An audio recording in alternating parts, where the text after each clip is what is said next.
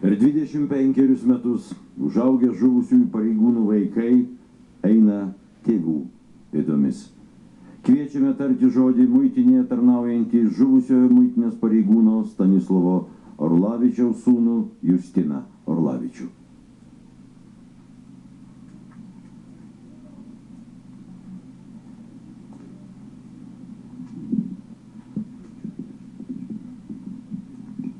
Gerbiami susirinkusieji, prieš 25 metus čia buvo nužudytas mano tėtis, Stanislovas Orlavičius. Tuo metu man buvo 1,5, o broliui Šarūnui 0,5 metukų.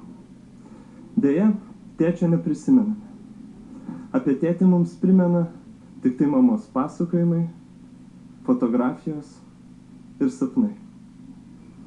Tvirtai tikiu, kad tėtis norėjo mus užauginti laisvoje ir nepriklausomoje Lietuvoje. Todėl po sausio 13 įvykių jisai nuėjo dirbti į atkurtos Lietuvos muitinės postą. Tikiu, kad tėvas suprato, koks pavojingas darbas jo laukia. Tačiau jis, kaip ir visi tuo metu dirbę pareigūnai, buvo drąsus ir pasiryžęs.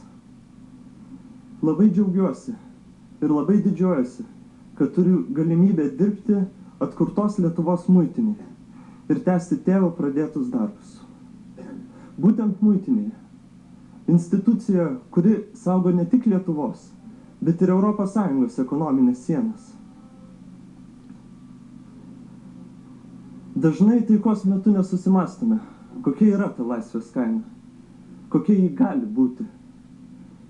Tik tai tokie įvykiai, kurie atsitiko Ukrainoje ir Gruzijoje, mums parodo, kokia iš tiesų aukšta yra laisvės kaina.